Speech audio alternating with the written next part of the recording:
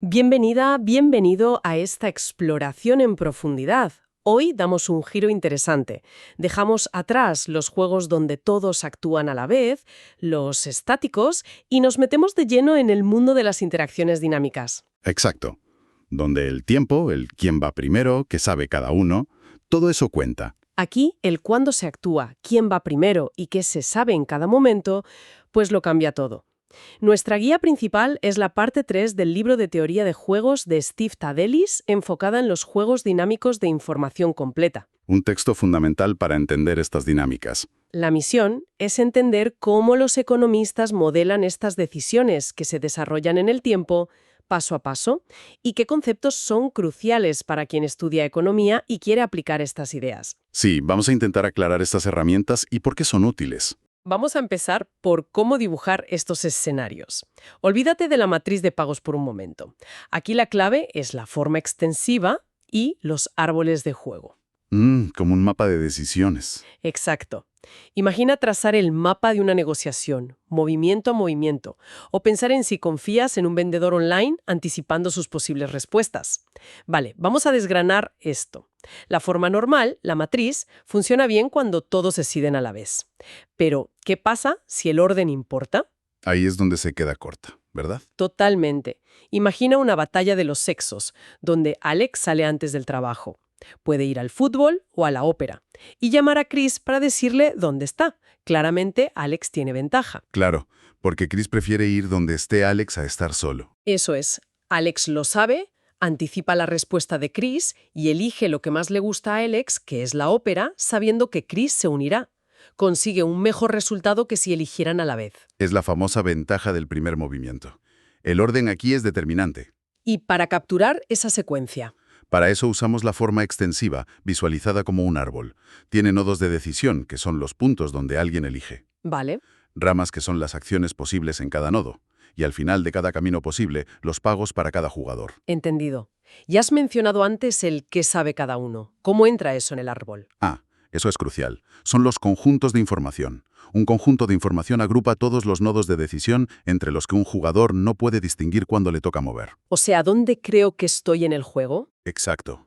Si cada conjunto de información tiene un solo nodo, sabes perfectamente dónde estás. Eso es información perfecta, como en el ajedrez. Vale. Pero si un conjunto agrupa varios nodos, no estás seguro de qué ocurrió antes para llegar a ese punto. Tienes información imperfecta. Como en muchos juegos de cartas, ¿no? Que no sabes qué carta tiene el otro. Precisamente. Piensa en no saber si tu rival tiene el as o el rey. Estás en un conjunto de información con esas dos posibilidades. El juego de la confianza que menciona Tadelis es un ejemplo perfecto, ¿verdad? Muy sencillo, pero potente. Sí, muy ilustrativo. Jugador 1 decide, ¿confiar o no confiar? Si no confía, pues nada, resultado neutro, se acaba. Pero si confía, la pelota pasa al jugador 2. Y este elige, cooperar o defraudar. Si coopera, bien para ambos. Si defrauda, el 2 se lleva mucho y el 1 pierde. Este árbol tan simple modela la tensión básica de muchísimas interacciones económicas. ¿Me fío o no me fío? ¿Cumplirá el otro su parte? Totalmente.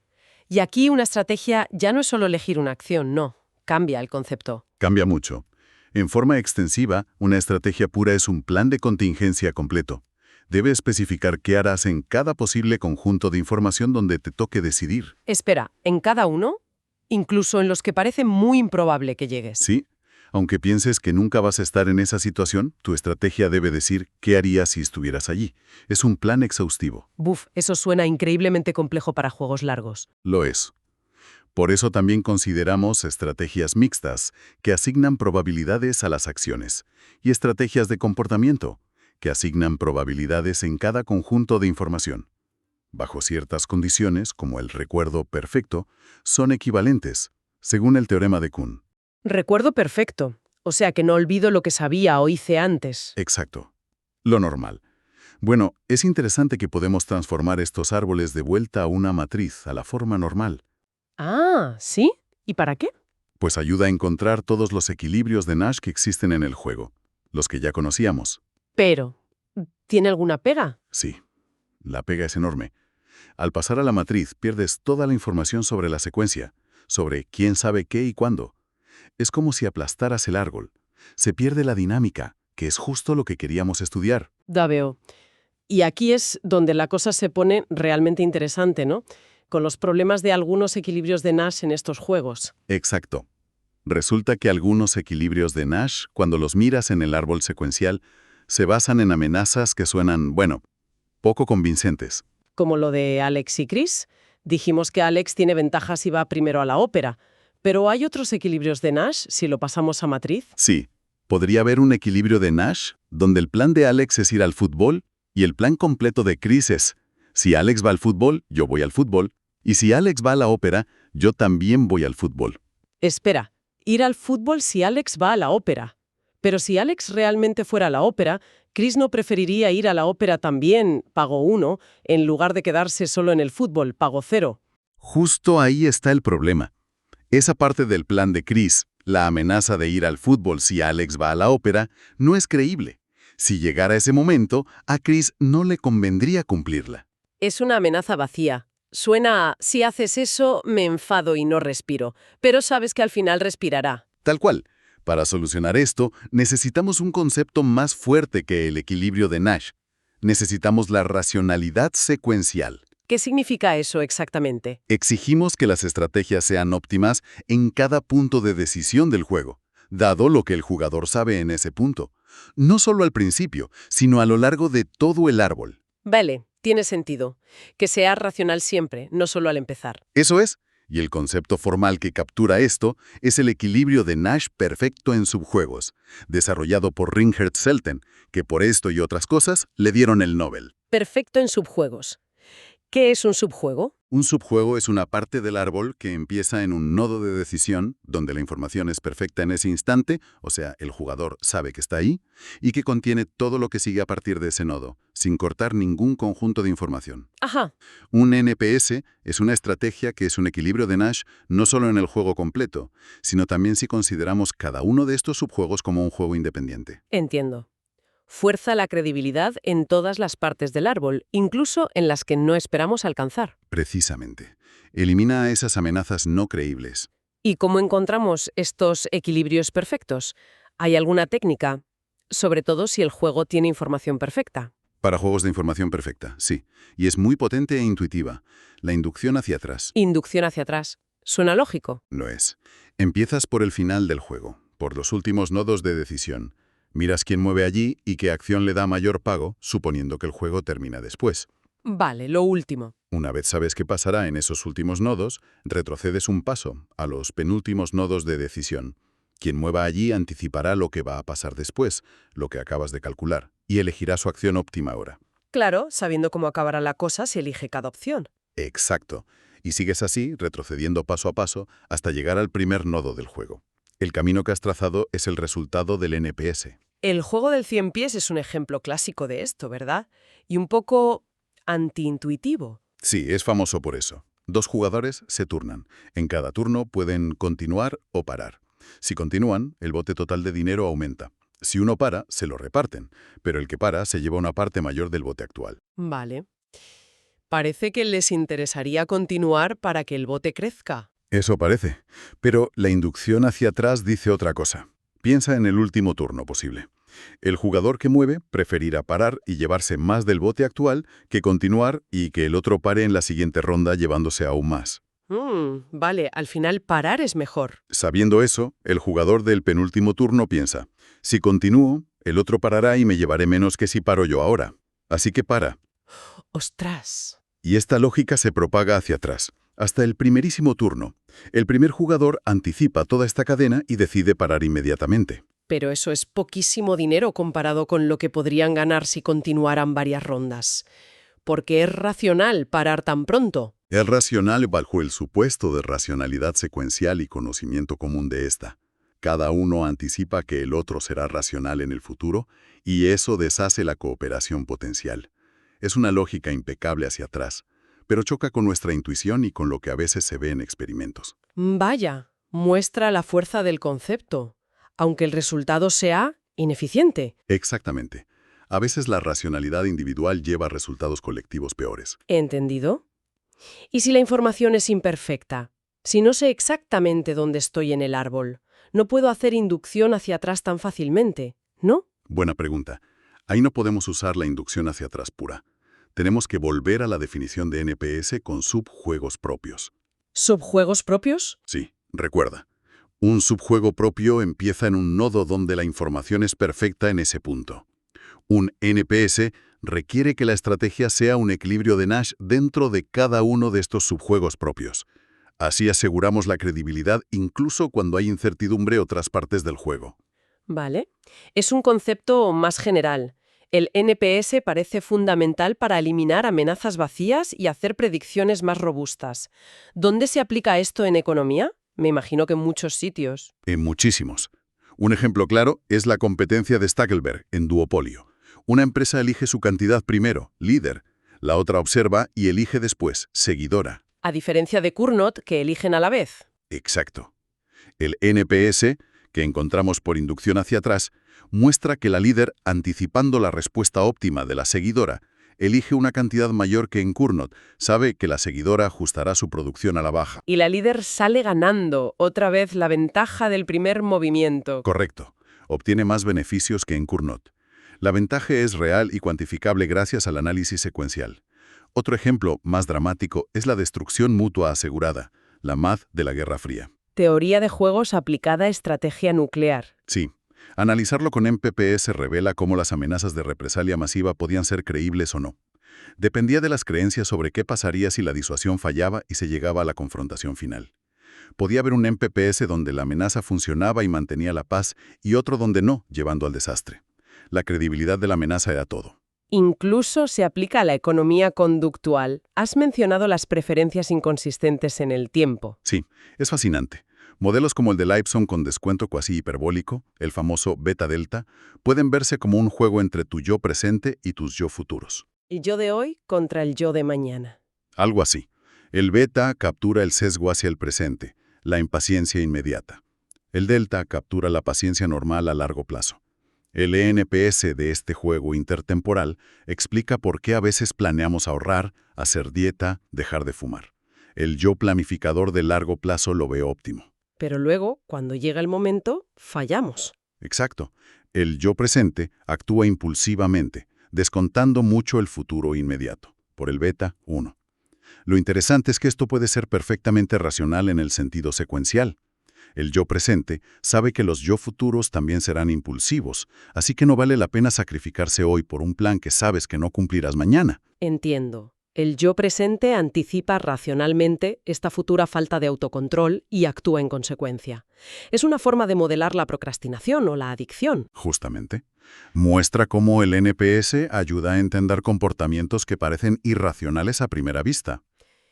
Entonces, este refinamiento del NPS es crucial para hacer predicciones más realistas en entornos dinámicos. Pero, claro, hasta ahora hemos hablado de juegos que ocurren una sola vez. ¿Qué pasa cuando la interacción se repite? ¿Cambia la dinámica si sé que volveré a encontrarme con esta persona o empresa? Cambiar radicalmente. Es un mundo nuevo. Entramos en el terreno de los juegos repetidos. ¿Vale? Hay dos tipos principales. Primero, los juegos multietapa. Una secuencia finita de juegos que podrían ser distintos en cada etapa. Imagina un juego hoy, otro mañana, durante N días. Y luego están los juegos repetidos propiamente dichos. Exacto. Donde es el mismo juego base, la misma matriz o árbol, el que se juega una y otra vez. Puede ser un número finito de veces o, teóricamente, infinitas veces. ¿Pagos totales cómo se calculan? No puedes sumar infinitos pagos. No, claro. Se suelen calcular como una suma descontada de los pagos de cada etapa. Aquí entra un factor clave, delta, el factor de descuento. La paciencia. Eso es. Mide cuánto valoras los pagos futuros comparados con los de hoy. Un delta cercano a 1 significa que eres muy paciente. El futuro importa mucho. Un delta cercano a 0, eres muy impaciente. Solo importa el hoy. Y las estrategias aquí se vuelven mucho más interesantes, ¿no? Ya no dependen solo de lo actual, sino de toda la historia pasada del juego. Exactamente. Una estrategia ahora es una regla que te dice qué hacer hoy, condicionada a todo lo que ha pasado antes. La historia, HT-1. Puedes premiar o castigar comportamientos pasados. Fascinante. La idea central es potentísima. El futuro puede influir en el presente. La posibilidad de interactuar mañana puede cambiar lo que hacemos hoy. Como en la vida real, vamos. Como en la vida real. Si quiero que cooperes conmigo hoy en algo que a corto plazo no te conviene, como en el dilema del prisionero, donde confesar es tentador hoy, puedo amenazarte con un castigo futuro si no cooperas o prometerte una recompensa futura si lo haces. ¿Y qué se necesita para que esas amenazas o promesas funcionen y sean creíbles? Es decir, para que formen parte de un NPS en el juego repetido. Dos cosas fundamentales se suelen necesitar. Primero, tiene que haber margen de maniobra en el futuro. O sea, deben existir múltiples equilibrios de Nash en las etapas futuras del juego, o en el juego base si se repite. Necesitas un equilibrio bueno, la zanahoria, la cooperación continua, y un equilibrio malo, el palo, el castigo. Si solo hay un resultado posible en el futuro, no puedes usarlo para incentivar nada, ¿no? Exacto. No hay ni premio ni castigo creíble si el futuro está predeterminado. Segundo, los jugadores deben ser suficientemente pacientes. El factor de descuento delta debe ser alto. Claro, si el futuro te da igual, delta bajo, mis amenazas de castigo futuro o mis promesas de recompensa futura no te van a afectar mucho hoy. Nada. La ganancia inmediata de desviarte hoy superará cualquier consecuencia futura descontada. Paciencia y multiplicidad de equilibrios son claves. ¿Y cómo comprobamos si una estrategia compleja de estas, como coopera mientras coopenen, pero si alguien se desvía, castígalo durante X periodos, es realmente un ENPS? Suena complicadísimo verificar todas las desviaciones posibles en toda la historia. Sí, sería una locura. Afortunadamente, hay un atajo muy útil, especialmente para juegos repetidos infinitamente o con probabilidad constante de continuación.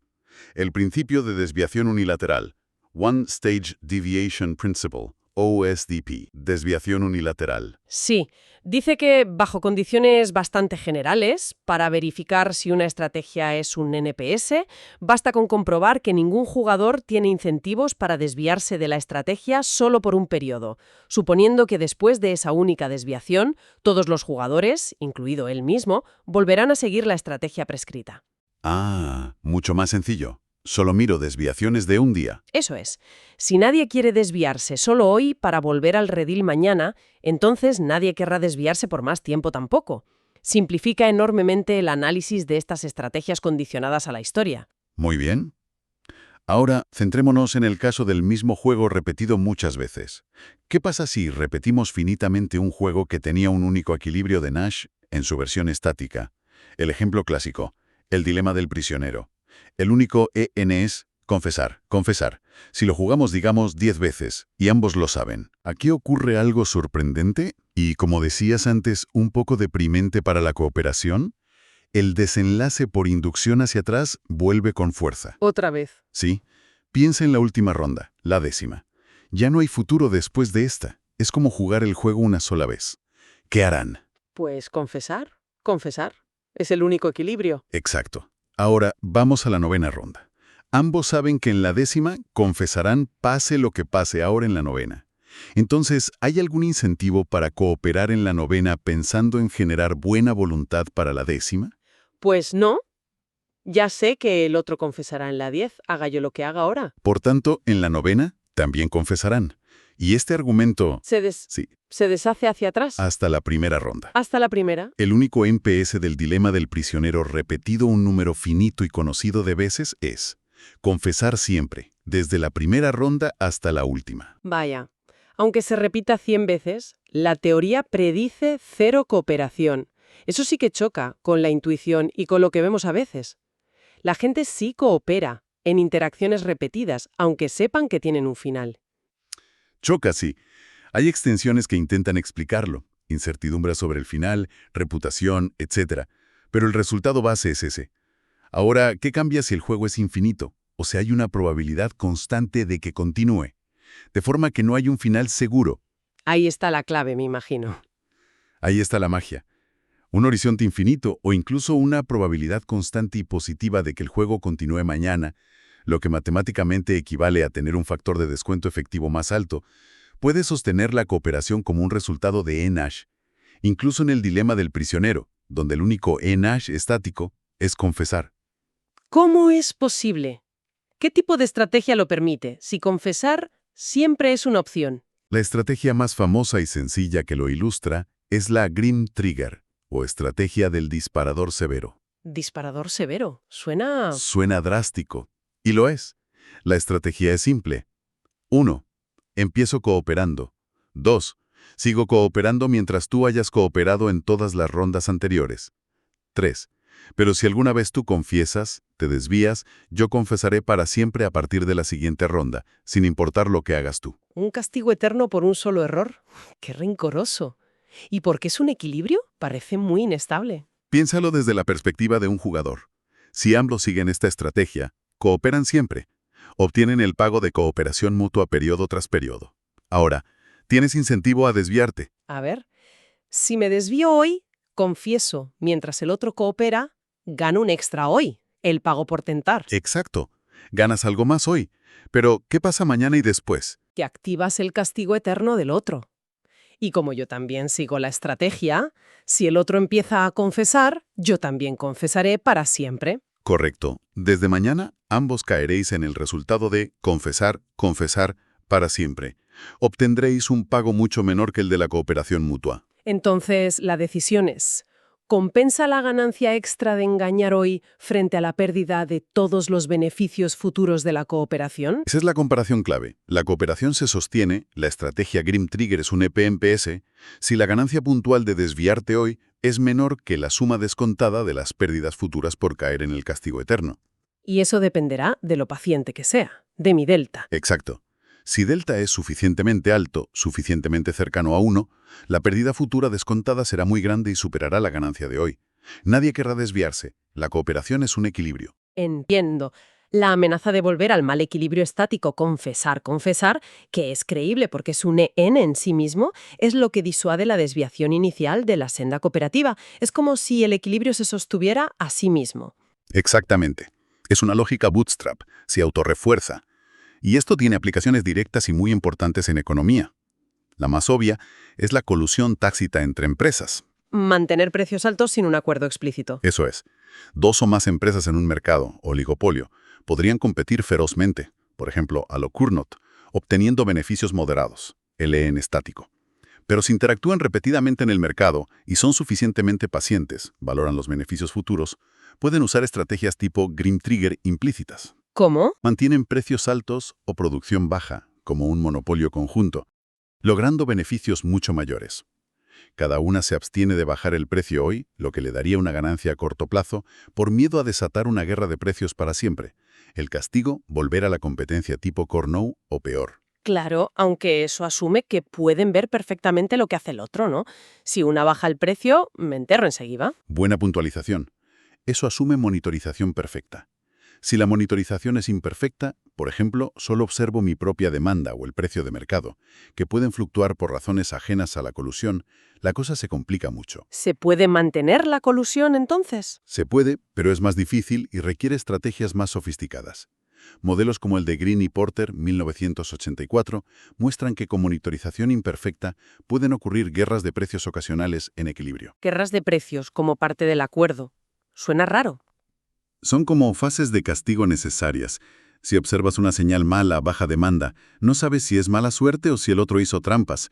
Para mantener la disciplina a largo plazo, la estrategia puede requerir iniciar una guerra de precios por un tiempo cada vez que se observa esa mala señal para disuadir las trampas. Luego se vuelve a la colusión. Entiendo. Plantea retos importantes sobre cómo diseñar y mantener acuerdos tácitos robustos cuando hay ruido o incertidumbre. Sin duda. Y la reputación también juega un papel crucial aquí, ¿verdad? Fundamental. En juegos como el de la confianza repetido, puedes construir una reputación de ser alguien que coopera o que cumple. Si los demás creen que eres de fiar, estarán más dispuestos a confiar en ti en el futuro. Exacto. Incluso puede funcionar si hay incertidumbre sobre tu tipo. Quizás no saben si eres inherentemente honesto o un egoísta oportunista. Tus acciones pasadas construyen o destruyen la creencia de los demás sobre qué tipo eres. Y eso incentiva a comportarse bien para mantener una buena reputación. Correcto. Mecanismos como las valoraciones online en plataformas tipo eBay o Airbnb, las marcas comerciales como en el modelo de Krebs de 1982, donde una empresa puede invertir en una marca para señalar calidad o compromiso a largo plazo, son ejemplos de cómo se gestiona la reputación en mercados reales. Todo esto de la cooperación en juegos repetidos infinitos nos lleva a un resultado bastante impactante y famoso. El teorema popular, Folk Theorem. Sí, El nombre viene de que la idea circulaba en la comunidad de teoría de juegos, folk knowledge, antes de ser formalizada rigurosamente. Hay varias versiones para EN, para NPS, con diferentes condiciones, pero la idea central es potente y, como dices, impactante. ¿Y cuál es esa idea central? En esencia dice que en un juego repetido infinitamente o con delta suficientemente alto, casi cualquier perfil de pagos por medio que sea factible, es decir, que se pueda alcanzar como una combinación convexa de los pagos posibles en el juego base, y que sea individualmente racional para cada jugador, o sea, que le dé al menos lo que obtendría en el peor castigo posible que los demás le pueden imponer, Sí. puede sostenerse como los pagos por medio de un equilibrio de Nash perfecto en subjuegos. Increíble. O sea que si nos importa mucho el futuro, la teoría predice que casi cualquier cosa puede pasar en equilibrio, desde cooperación total hasta conflicto casi total, pasando por un montón de resultados intermedios. Exactamente. Cualquier reparto de beneficios que sea mínimamente razonable, individualmente racional y alcanzable, puede ser un resultado de equilibrio a largo plazo, si la gente es paciente. Pero eso parece predecir muy poco. Si todo es posible, ¿qué predice la teoría? Es una espada de doble filo. Por un lado, muestra el enorme poder de los incentivos a largo plazo y las estrategias condicionadas para autorregular el comportamiento y alcanzar resultados eficientes que no eran posibles en el juego estático. Abre la puerta a la cooperación, a la confianza, a la colusión. Ya. Pero por otro lado, implica una gran indeterminación. Si casi cualquier resultado es un equilibrio posible, ¿qué factores determinan cuál de ellos observamos en la realidad? La teoría básica no nos lo dice. Entiendo. Necesitamos algo más. Probablemente factores fuera del modelo estándar. Normas sociales preexistentes. La historia particular de esa interacción. Puntos focales. Soluciones que parecen naturales o justas por alguna razón. La capacidad de comunicación previa. La cultura, quizás. Fascinante. Abre la puerta a conectar la teoría de juegos con otras ciencias sociales. Totalmente. Bueno, cambiemos un poco de tercio, pero sigamos con la dinámica. Pasemos a una aplicación muy concreta de toda esta maquinaria. La negociación estratégica. Un campo clásico de aplicación. El modelo canónico aquí es el de Ariel Rubinstein, 1982. El de repartir un pastel que se encoge, ¿no? Ese mismo. Dos jugadores tienen que acordar cómo repartir un pastel. Puede ser dinero, recursos, cualquier cosa divisible. Hacen ofertas alternas. Uno propone, el otro acepta o rechaza. ¿Y si rechaza? Si rechaza, pasa un periodo de tiempo, el pastel se encoge un poco, por el factor de descuento delta, representa impaciencia o costes de retraso, y le toca proponer al otro jugador. Y así sucesivamente. Vale. Empecemos por lo más simple. El juego del ultimátum, que sería como el modelo de Rustain, pero con una sola ronda, ¿no? T igual a 1. Exacto. El jugador 1 propone un reparto. X para mí, 1 menos X para ti. El jugador 2 solo puede aceptar o rechazar. Si acepta, se reparte así. Si rechaza, ambos obtienen 0. ¿Cuál es el NPS aquí? Parece sencillo, por inducción hacia atrás. Lo es. El jugador 2, si le ofrecen algo positivo, 1-0, aunque sea mínimo, está mejor aceptando que rechazando, obtendría 0. Si le ofrecen 0, está indiferente. Así que la estrategia óptima para el 2 es aceptar cualquier oferta X1 o X menor o igual a 1 si aceptamos la indiferencia. ¿Y el jugador 1, anticipando esto? Anticipando que el 2 aceptará casi cualquier cosa, el jugador 1 maximiza su propio pago proponiendo quedarse casi todo. Si el pastel es perfectamente divisible, propondrá X1 o X apenas por debajo de 1, dejando 0 o casi 0 para el jugador 2. Ese es el NPS, acuerdo inmediato con el proponente llevándoselo casi todo. Correcto, lo cual choca bastante con lo que se observa en experimentos de laboratorio. Ya me imagino. La gente no ofrece quedarse el 99.9%. No. Las ofertas suelen ser mucho más cercanas a un reparto 50-50. Y lo que es más, los respondedores a menudo rechazan ofertas que consideran injustas, aunque sean positivas. Por ejemplo, rechazan ofertas de 80-20 o 90-10. Sugiere que la gente tiene preferencias por la equidad, o al menos aversión a la inequidad, que no está en el modelo básico. Efectivamente, la teoría pura de NPS, basada solo en pagos monetarios, no captura esas consideraciones de justicia o reciprocidad. Es una limitación importante a tener en cuenta al aplicar estos modelos. ¿Vale? ¿Y si extendemos el juego a rondas finitas, pero más de una? ¿Sigue funcionando la inducción hacia atrás? Sigue funcionando. El cálculo es un poco más tedioso, pero la lógica es la misma. Se predice un acuerdo inmediato en la primera ronda. ¿También? ¿Nos teran? No en equilibrio. El reparto que se acuerda en la ronda 1 ya tiene en cuenta las ventajas y desventajas de esperar. Depende de quién mueve primero, quién movería en la última ronda si se llegara allí, y, por supuesto, del factor de descuento, delta. Hay una ventaja por mover primero, pero también una ventaja por ser el último en mover, si el juego fuera a durar hasta el final. El resultado exacto es una fórmula que balancea estos efectos. ¿Y en el modelo original de Rubinstein, con horizonte infinito? Ahí no hay una última ronda desde donde empezar la inducción hacia atrás. Cierto. Ese es el caso más interesante y elegante. No puedes usar inducción hacia atrás directamente. Pero el juego tiene una estructura que se repite. Es estacionaria. ¿Qué quiere decir estacionaria? Quiere decir que si una oferta es rechazada hoy, el juego que empieza mañana es esencialmente idéntico al juego de hoy, solo que 1. El pastel es un poco más pequeño, multiplicado por delta, y 2. Le toca proponer al otro jugador. La situación estratégica fundamental se repite. Ah, vale, esa repetición es la clave. Esa estacionariedad es la clave para encontrar el NPS, que resulta ser único. ¿Y cómo se resuelve entonces? ¿Cuál es la lógica? La lógica se basa en buscar un equilibrio donde las ofertas sean tales que el receptor quede justo indiferente entre aceptar la oferta actual o rechazarla y esperar a hacer su propia contraoferta en la siguiente ronda, sabiendo cómo será esa contraoferta en equilibrio. Vale, indiferencia. Exacto. Imagina que el jugador 1 propone un reparto hoy. El jugador 2 piensa: si acepto, me llevo mi parte 1 menos X. Si rechazo, mañana me toca proponer a mí sobre un pastel de tamaño delta. Sé que en equilibrio conseguiré una cierta fracción de ese pastel delta. ¿Qué me conviene más? Y en equilibrio, la oferta de hoy tiene que ser justo la que le haga indiferente. Precisamente.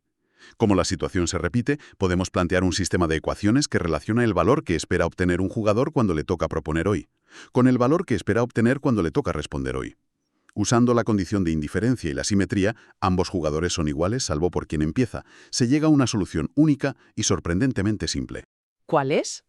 El jugador al que le toca proponer se lleva una fracción 1 más delta del pastel actual, y el jugador que responde, y propondrá mañana si hay rechazo, obtiene una fracción delta partido por 1 más delta del pastel actual. Anda, qué fórmula más limpia. A ver, como delta está entre 0 y 1, 1 más delta es siempre mayor que delta 1 más delta. Correcto. Así que el que propone hoy siempre se lleva algo más de la mitad. Hay una ventaja por proponer ahora. Sí, y el acuerdo es inmediato en la primera ronda. No hay retrasos en el NPS. Y la paciencia, delta, determina el reparto. Si eres muy paciente, delta cercano a 1, delta 1 más delta se acerca a 2. La ventaja del proponente es pequeña. Si eres muy impaciente, delta cercano a 0, delta 1 más delta es casi 0, y el proponente se lleva casi todo. Exacto. Más paciente eres, más fuerte es tu posición como respondedor, porque tu alternativa de esperar a proponer tú es más valiosa. La impaciencia te debilita en la negociación. ¡Qué elegante! Y me has dicho que esto se aplica incluso a la política. Sí, hay modelos importantes de negociación legislativa, como los de Baron y Feregion, que adaptan la lógica de Rubinstein a la formación de mayorías en comités o parlamentos. ¿Cómo funciona eso? Imagina un comité que tiene que decidir cómo repartir un presupuesto, el pastel. Un miembro es elegido al azar para proponer un reparto. Se vota.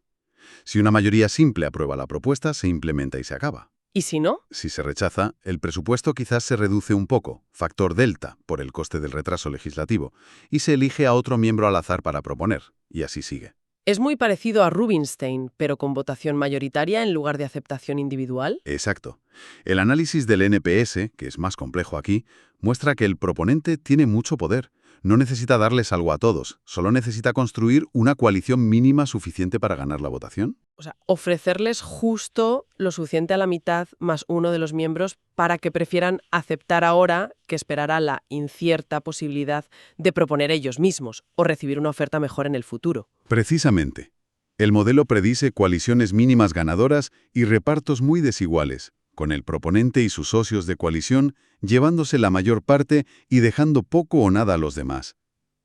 El poder del proponente depende de las reglas, si se permiten enmiendas o no, por ejemplo, y de la paciencia de los legisladores. Conecta la teoría de juegos micro con la economía política macro. Bien. Creo que hemos recorrido un camino largo e interesante hoy. Empezamos dibujando juegos secuenciales con árboles, entendiendo los nodos, las ramas, los pagos y los conjuntos de información. Vimos por qué el equilibrio de Nash a veces no era suficiente, por culpa de las amenazas no creíbles. Y necesitamos el concepto más fuerte de equilibrio de Nash perfecto en subjuegos, ENPS, para asegurar la credibilidad, usando herramientas como la inducción hacia atrás en información perfecta o la definición basada en subjuegos propios. Luego nos sumergimos en el fascinante mundo de las interacciones repetidas. Vimos cómo la sombra del futuro, cuantificada por la paciencia, el factor delta, lo cambia todo. Permite sostener la cooperación incluso en dilemas del prisionero, mediante estrategias condicionadas como la Grim Trigger, donde la amenaza de un castigo futuro disuade el engaño presente. Y llegamos al sorprendente teorema popular. Con suficiente paciencia, casi cualquier resultado factible y razonable puede ser un equilibrio a largo plazo. Mucho poder, pero también mucha indeterminación. Finalmente, aplicamos todo esto a la negociación estratégica, con el modelo de Rubinstein, viendo cómo la estructura de ofertas alternas y la paciencia determinan quién se lleva qué parte del pastel, con un acuerdo inmediato en equilibrio. Ha sido un buen repaso a los fundamentos de los juegos dinámicos de información completa. Entonces, si tuvieras que resumir la esencia de todo esto para alguien que estudia economía, ¿cuál sería? Yo diría que la esencia es que en el mundo real muchas interacciones económicas clave no son simultáneas, sino dinámicas, secuenciales. Para entenderlas hay que pensar hacia adelante y razonar hacia atrás. ¿Anticipar las respuestas de los demás? Exacto. Y la credibilidad de tus promesas y amenazas futuras, capturada por el concepto de ENPS, y cuánto valoras ese futuro, capturado por Delta, son los pilares fundamentales para entender la estrategia en estos entornos. Sin ellos, nuestras predicciones pueden ser muy erróneas. Y nos deja pensando, como siempre. Exacto. Nos deja con preguntas interesantes. Por ejemplo, si volvemos al teorema popular, si la paciencia realmente permite sostener casi cualquier resultado en interacciones largas, ¿qué factores fuera del modelo simple determinan qué equilibrio específico vemos surgir y persistir en el mundo real? O sea, ¿por qué en algunas industrias hay colusión tácita y en otras una competencia feroz, aunque ambas interactúen repetidamente? Porque algunas negociaciones acaban 50-50 y otras 90-10. Justo. ¿Qué selecciona el equilibrio? ¿Es la historia compartida entre los jugadores? ¿Son las normas sociales o culturales? ¿La facilidad de comunicación? ¿Existen instituciones informales que coordinan las expectativas? Ahí es donde la teoría de juegos pura necesita dialogar más con la sociología, la psicología, la historia, para entender qué equilibrio prevalece en la práctica. Una pregunta abierta y fundamental para la aplicación real de estos modelos. Muchísimas gracias por acompañarnos en esta inmersión en la teoría de juegos dinámica, siguiendo las ideas clave de Tadelis. Un placer, como siempre.